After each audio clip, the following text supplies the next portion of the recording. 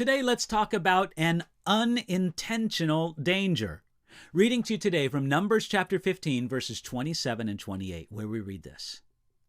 And if a person sins unintentionally, then he shall bring a female goat in its first year as a sin offering.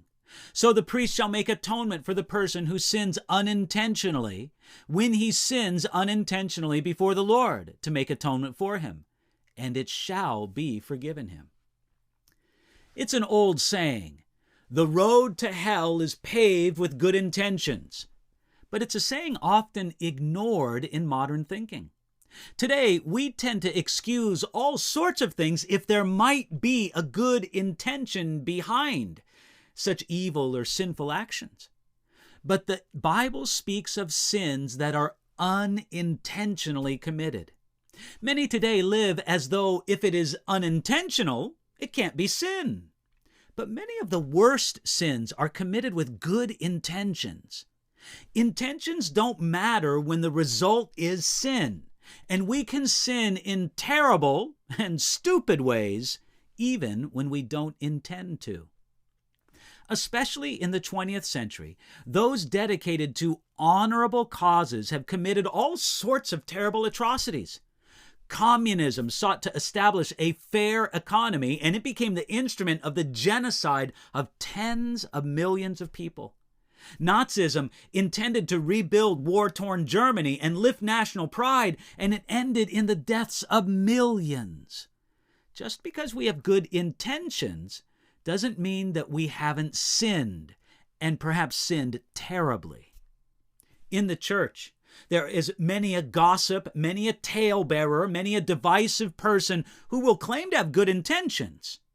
The same applies to numberless other sins that we are often ready to ignore or think lightly of, all based on the idea, well, after all, they meant well. It isn't that intentional or presumptuous sin isn't also bad. God deals with that in Numbers chapter 15, verses 30 and 31. Literally, presumptuous sin means to sin with a high hand. It speaks of a flagrant rebellion against God, against the law of Moses, and against the nation as a whole. That kind of sin was not to be tolerated in Israel, and God told them how to deal with that kind of sin. But just because intentional sin is worse doesn't mean that unintentional sin is nothing. Unintentional sins required blood atonement. A bull had to be sacrificed when the nation as a whole was guilty of unintentional sin. And a female goat had to be sacrificed when an individual was guilty of unintentional sins. There was no exception. Sin is sin, and it must be accounted as such, even if the motive seemed to be good. This is all the more serious when we realize that sin, intentional or unintentional, hinders our fellowship with God. Is there unintentional sin in your life that you excuse because you mean well? Even if you do mean well, it hinders your fellowship with God. Today, deal with it the way that Moses told you to right here in the book of Numbers.